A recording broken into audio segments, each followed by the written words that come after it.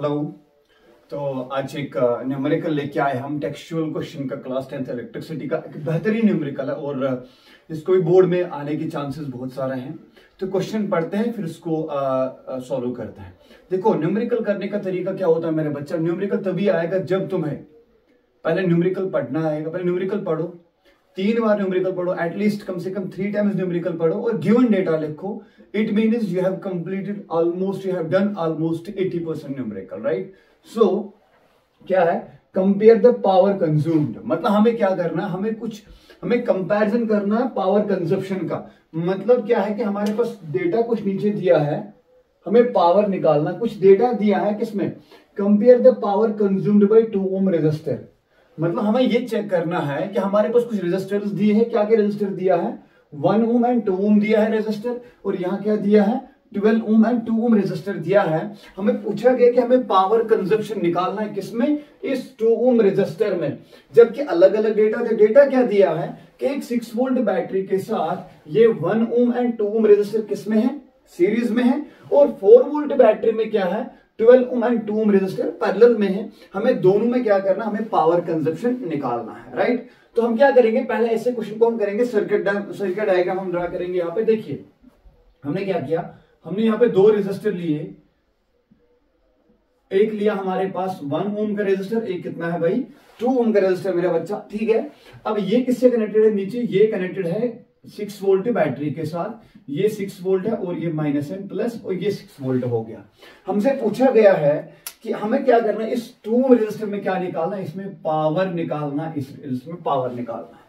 ये कनेक्शन किसमें है मेरे बच्चा, ये कनेक्शन है किसके अंदर, ये है सीरीज कनेक्शन, ठीक है। और हमारे पास क्या है, हम सबसे पहले क्या करें, हमें करंट पता है, नहीं पता है, हम आई निकाल सकते हैं यहां से, ठीक है, नहीं तो फिर वोल्टेज निकाल सकते हैं, ठीक है।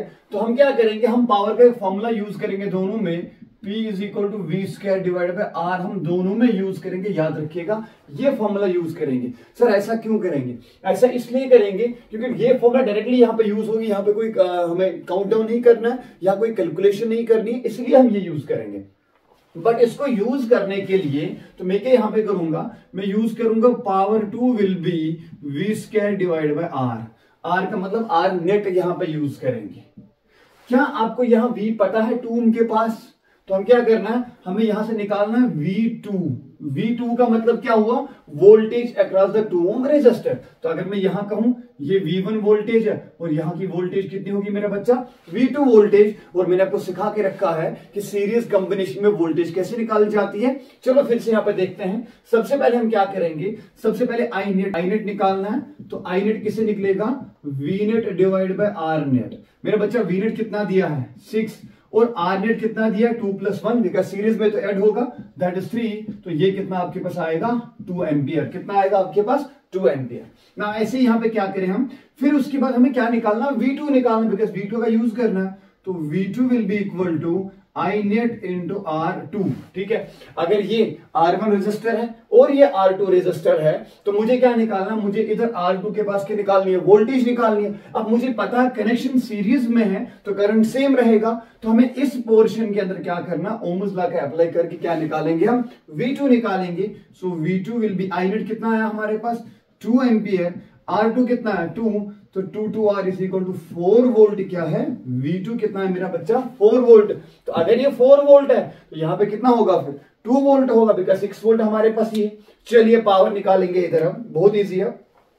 तो पावर का फॉर्मूला क्या होता, P2 is equal to V2 square divide by R।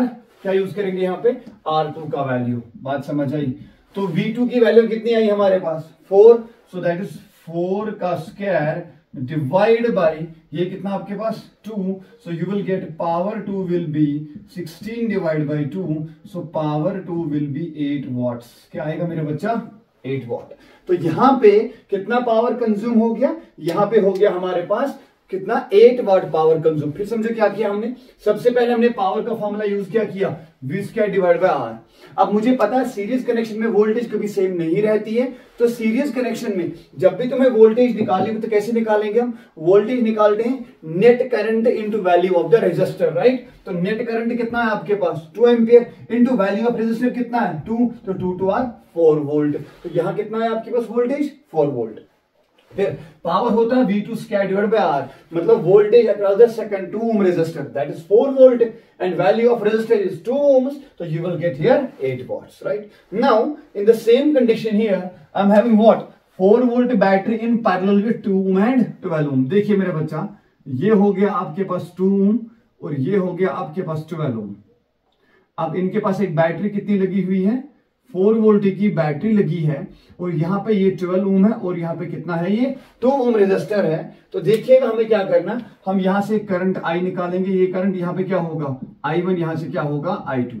But हमें यहाँ पे यूज तो करना ही नहीं उन चीजों को, हमें पता है पावर क्या होगा, power of 2 is equal to V2 divide by R, V2 square divide by R2, मतलब R2 का मतलब क्या हुआ, वैल्यू ऑफ रेजिस्टर. किस रेजिस्टर का, 2 ओम की बात होगी.